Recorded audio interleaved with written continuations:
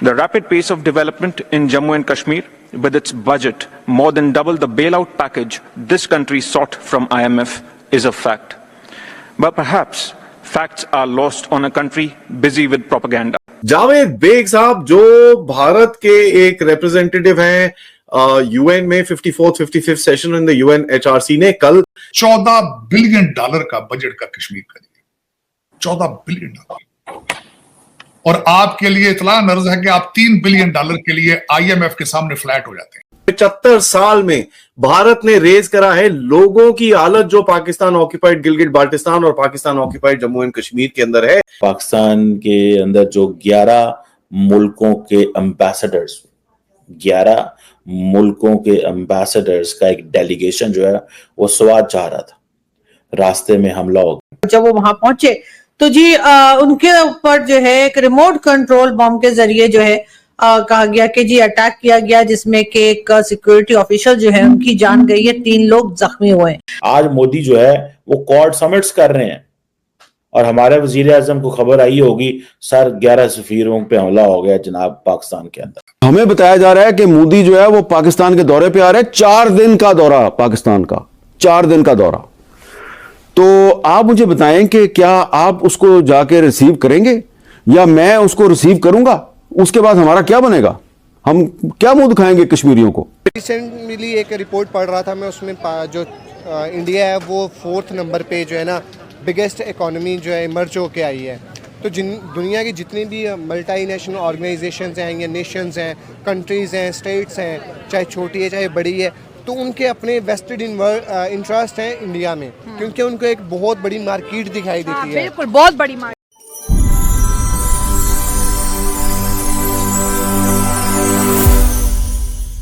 पाकिस्तान के अंदर हुकूमत बड़ी कोशिश करती है, लेकिन जो दहशतगर्द हैं वो कहीं ना कहीं पे घात लगा के बैठे होते हैं कि पाकिस्तान को कैसा जो है ना ये हमेशा मुश्किल में डालना है।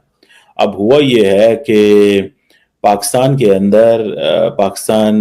अंदर जो 11 मुल्कों के एम्बेसडर्स 11 मुल्कों के एम्बेसडर्स का एक डेलीगेशन जो है वो स्वाद चाह रहा था, रास्ते में हमला हो गया और उस हमले के अंदर एक पुलिस वाला शहीद हुआ है और बाकी जो उसकी गाड़ी जख्मी हुई है या वो गाड़ी को तबाह हुई है, बाकी जो लोग हैं वो सारे महफूज हैं। शुक्र अल्हम्दुलिल्लाह एंड थैंक्स कि शुक्र है ये तमाम के तमाम जो डिप्लोमेट्स हैं ये बच गए हैं। कुछ जो कोई ऐसी हरकत नहीं हो गई, कुछ ऐसा हो नहीं गया, इनकी जान नहीं चली गई, वरना आज पाकिस्तान बड़ी मुश्किल में होना था।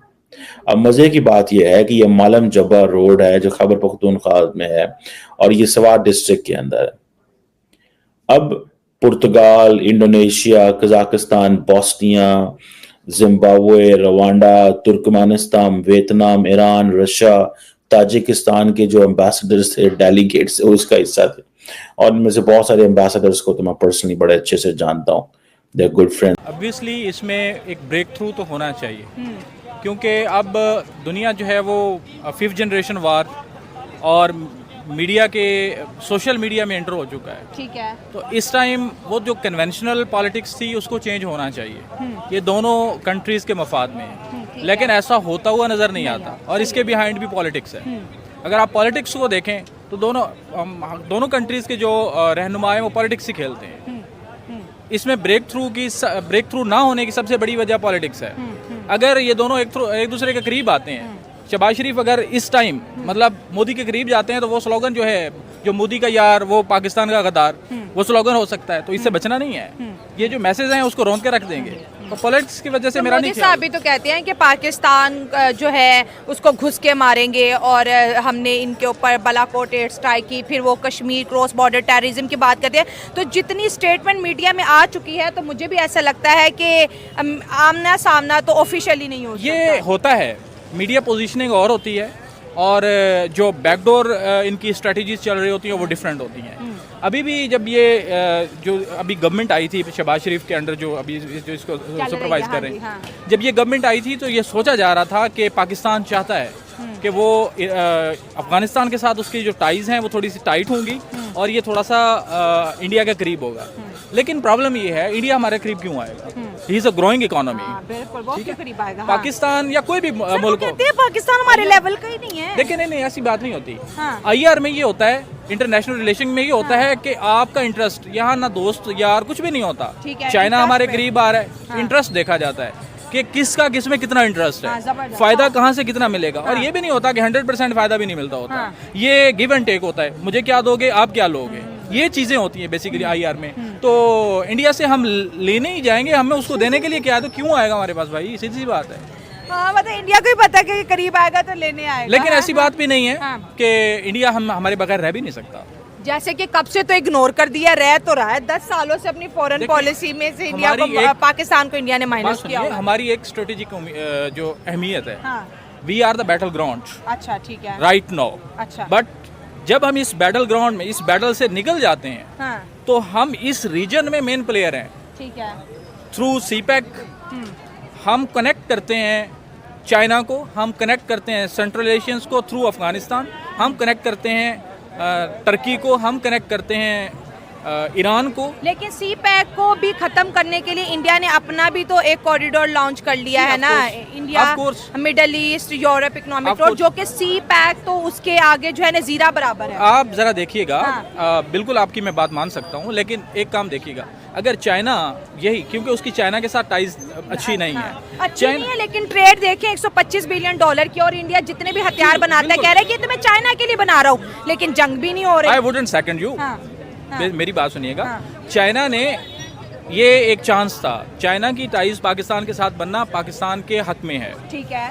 और चाइना के ताल्लुकात चाइना के अमेरिका के साथ ताल्लुकात अच्छे नहीं है, जबकि अमेरिका यूटिलाइज करता है इंडिया को ठीक है। Against China. हाँ, चाइना exactly, 100%। चाइना के ऊपर आंख रखने के लिए हाँ। वो यूटिलाइज करता हम है, इंडिया को, ऑब्वियसली हाँ, करता हाँ, करता है। है। और हम किसके अगेंस्ट हैं, हाँ, हम इंडिया के अगेंस्ट और हम किसके क्लोज हैं, चाइना के क्लोज हैं। तो नमस्कार दोस्तों, हमारे YouTube चैनल पर आपका स्वागत है। दोस्तों, UN में इंडियन डिप्लोमेट ने पाकिस्तान को खरी खोटी सुना दी। हमेशा की तरह इस बार भी पाकिस्तान UN में जाकर कश्मीर लाप रहा था, जिस पर भारतीय डिप्लोमेट सुदेश त्यागी जी ने कश्मीर में हो रहे विकास कार्यों को हाईलाइट करते हुए पाकिस्तान को दुनिया के सामने एक्सपोज कर दिया। दोस्तों, कश्मीर में चुनाव हो रहे हैं और पाकिस्तान अपनी तरफ से पूरी कोशिश कर रहा है कि कश्मीर को अशांत किया जाए। रिसेंटली पाकिस्तान के डिफेंस मिनिस्टर ख्वाजा आसिफ ने आर्टिकल 370 को लेकर नेशनल कॉन्फ्रेंस के सपोर्ट में एक स्टेटमेंट दिया ताकि कश्मीर में हो रहे चुनाव को डिस्टेबल किया जाए, और दूसरी तरफ UN में कश्मीर का मुद्दा उठाया, लेकिन हमारे डिप्लोमेट ने उनकी इज्जत उतार दी, ये कहते हुए कि सिर्फ हमारे कश्मीर का बजट पाकिस्तान के 2 टाइम्स के बेल आउट पैकेज से ज्यादा है। तो दोस्तों, आज के लिए वीडियो में बस इतना ही।